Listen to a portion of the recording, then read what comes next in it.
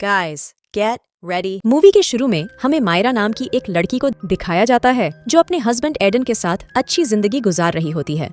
इनकी एक भांजी होती है जिसका नाम वानिया था और इन दोनों ने इसे अडॉप्ट कर लिया था क्योंकि कुछ ही दिन पहले वानिया के पेरेंट्स की अजीब तरीके से डेथ हो गई थी। मायरा और एडन बेशक वानिया को बहुत प्यार करते थे, लेकिन वो अब भी अपनी माँ को बहुत मिस करती थी और हमेशा उदास रहती थी। एडन की एक टॉय फैक्ट्री थी जहां वो ज्यादातर डॉल्स बनाकर बेचता था। कुछ ही दिन पहले उसने एक डॉल बनाई थी जिसका नाम सैप्रीना था और ये डॉल बच्चे बहुत शौक से खरीद रहे थे। एडन ने अपनी बीवी मायरा के लिए बाकी सैप्रीना डॉल्स से बड़ी एक सेकंड एडिशन सैप्रीना डॉल बनाई थी जो कि बहुत अच्छी थी। मायरा को एडन का दिया हुआ यह तोहफा बहुत अच्छा लगा था। सीन चेंज होता है और हम देखते हैं कि वानिया अपने स्कूल में है।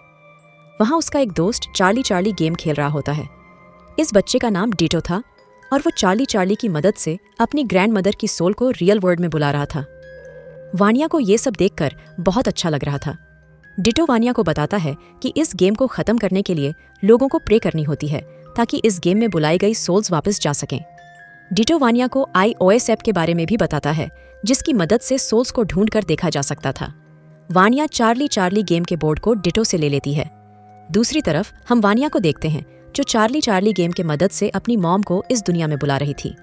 वानिया को फील होता है कि उसकी मॉम की सोल रियल वर्ल्ड में आ चुकी है और वो iOS ऐप इस सोल को ढूंढने लगती है।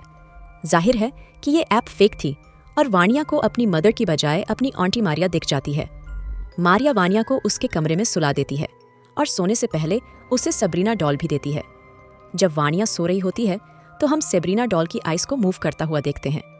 इसका मतलब चार्ली गेम से असल में कोई सोल आई थी और अब वो सबरीना डॉल के अंदर थी। अगले दिन हम सबरीना डॉल को घर में अपने आप जगह बदलते हुए देखते हैं, जिसे देखकर वो डर जाती है। रात को जब वानिया दोबारा उसी iOS ऐप को यूज करती है तो उसे कोई सोल नजर आती है जो असल में एक डमी थी। फिर तभी कोई सोल वानिया को अलमारी में खींच लेती है।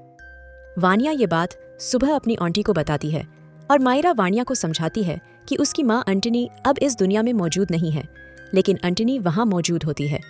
अगली रात मायरा को अपने घर में एंटिनी दिखती है और देखते देखते एंटिनी एक डीमन में बदल जाती है और मायरा को मारने की कोशिश करने लगती है। मायरा चिल्लाते हुए वहाँ से भागती है। ये आवाज़ सुनकर येडन भी वहाँ पर आ जाता है और ये डीमन इन दोनों पर हमला कर देती है और ये डीमन इन्हें किसी तरफ भी जाने नहीं देता। लेकिन ये लोग बड़ी मुश्किल से अपनी जान बचाकर वहाँ से भाग जाते हैं। अब वो लोग समझ गए थे कि उनके घर में किसी तरह का डीमन है, तो वो मिस लारिस के हस्बैंड मिस्टर रेनार्ड से मिलने जाते हैं और ये दोनों पैरानॉर्मल चीज़ों के एक्सपर्ट्स थे। मिस लारिस उनके साथ फौरन उनके घर जाती है और वह चार्ली गेम की मदद से एंटनी को वापस उसकी दुनिया में भेजने की कोशिश करते हैं। इसी दौरान चार्ली गेम के बोर्ड को अपने आप आग लग जाती है और वो जलने लगता है और घर की लाइट भी ऑफ हो जाती है और अंधेरे में डीमान मानिया को अपने काबू में कर लेता है और वानिया मिस लारिस पर हमला कर देती है। लारिस किसी तरह इस हमले से बचते हुए वानिया की बॉडी से उस डीमन को बाहर निकाल लेती है, लेकिन ये डीमन आजाद होकर इन सभी पर हमला कर देती है और इन सभी में बहुत लड़ाई होती है और मिस लारिस इस डीमन को उसी घर के अंदर बंद कर देती है। लेकिन लारिस से एक गलती हो जाती है कि वो सेब्रीना डॉल को अपने साथ बाहर ले आती है और यह डीमन इसी डॉल में आकर इनके साथ बाहर आ जाता है। लारिस इस डीमन को पहचान गई थी और वो बताती है कि डीमन का नाम बाग्या है और ये कोई मामूली स्पिरिट नहीं है, बल्कि ये डीमन की चाइल्ड है, यानी शैतान का बच्चा है और बहुत ज़्यादा पावरफुल भी है। यहाँ पर हमें वानिया के पेरेंट्स की डेथ के बारे में भी पता चलता है और लारिस बताती है कि वानिया की माँ एंडनी को बाग्या ने ही अपने कंट्रोल में कर लिया था और इसी ने वानिया के फादर को भी मारा था। लारिस और रेनार्ड दोनों ने मिलकर किसी तरह बाग्या को उसकी दुनिया में भेजा था, लेकिन इसी दौरान एंडनी की भी डेथ हो गई थी। वानिया ने चार्ली गेम की मदद से एंडनी को वापस बुलाया था। बाग्या का डीमन फिर से असल दुनिया में आ गया था। बाग्या को मारने का एक ही तरीका है, लारिस बाग्या को उसके ओरिजिनल फॉर्म में लाकर विरासत में मिली खंजर से मारे। इस खंजर को बाग्या को मारने के लिए ही बनाया गया था। ये खंजर फिलहाल रेनार्ड के पास था। रेनार्ड को ये खंजर कई साल पहले एक केव में मिला था, जहां इस खंजर को डीमन के जरिए छुपाया गया था। अगले दिन बाग्या का डीमन दोबारा एक्टिव हो जाता है और मायरा को फिर से अपने कंट्रोल में कर लेता है। मायरा सभी पर चाकू से कई वार करती है और ये सब मिलकर मारा को किसी तरह उसके घर में वापस लाते हैं।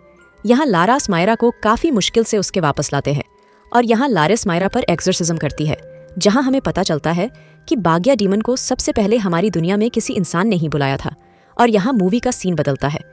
असल में कई सालों पहले एडन का एक भाई था जिसका नाम आर्थर था, और इन्हीं दोनों भाई के फादर की टॉय की कंपनी थी, और उनके फादर को हमेशा से ही आर्थर के बनाए हुए डिजाइन्स पसंद आते थे, जिसकी वजह से एडन जेलस फील करता था। जब उनके फादर की डेथ हुई तो उन्होंने अपनी प्रॉपर्टी का 60% हिस्सा आर्थर के नाम कर दिया, और एडन के हिस्से में सिर्फ 40% प्रॉपर्टी आई थी। इस बात को लेके एडन बहुत दुखी होता है, और वो एक जादूगर के पास गया, क्योंकि वो अपने बड़े भाई को काले जादू की मदद से मरवाना चाहता था, क्योंकि उसे पूरी प्रॉपर्टी चाहिए थी। और उसी जादूगर ने बाग्या के डीमन को असल दुनिया में बुलाया था, और इस डीमन को एक इंसान की बॉडी चाहिए थी। बाग्या ने पहले आर्थर को अपने कंट्रोल में करने की कोशिश की थी, लेकिन आर्थर उसके काबू में ना आ सका। इसलिए बाग्या के डिमन ने आर्थर की बीवी एंटनी को पोसेस कर लिया, यानी अपने काबू में कर लिया। एंटनी और आर्थर ही वानिया के रियल पेरेंट्स थे, और जब लारिस ने बाग्या से मुकाबला किया तो उसी वक्त एंटनी और आर्थर दोनों की डेथ हो गई थी, यानी कि वानिया के पेरेंट्स की मौत का जिम्मेदार यानी रिस्पॉन्सिबल एडन था। दूसरी तरफ देखा जाए तो बाग्या के डीमन को एक और इंसानी जिस्म की जरूरत थी, और वो इस बार एडन को ही अपने कंट्रोल में कर लेता है। क्योंकि एडन का जिस्म काफी मजबूत था, पोसेस्ड एडन इन सभी पर हमला कर देता है, और रेनार्ड किसी तरह इस डीमन को एडन के जिस्म से बाहर निकालता है। अब ये डीमन अपनी असल शक्ल में लारिस पर हमला कर देता है, और इसी दौरान लारिस विरासत में मिले उस खंचर से बाग्या के डीमन को हमेशा के लिए मार देती है। फिर मूवी का एंडिंग सीन दिखाया जाता है, जहां पर पुलिस एडन को अरेस्ट कर लेती है, और फिर हम देखते हैं कि वानिया और मायरा हंसी खुशी एक दूसरे के साथ जिंदगी गुजारती हैं। कुछ ही वक्त बाद लारिस और रेनार्ड को एक पैरानॉर्मल डॉल के बारे में एक और खबर मिलती है। उन्हें पता चलता है कि इस डॉल की तरह ही एक और केस सामने आया है, और इसके आगे कुछ भी नहीं दिखाया जाता। यहाँ पर मूवी खत्म हो जाती है। अगर आपको मेरी एक्सप्लेनेशन अच्छी लगी हो तो नॉन स्टॉप एक्सप्लेनेशन चैनल को सब्सक्राइब करें। और मेरा नाम है शीला। मिलते हैं अगले वीडियो में, तब तक के लिए।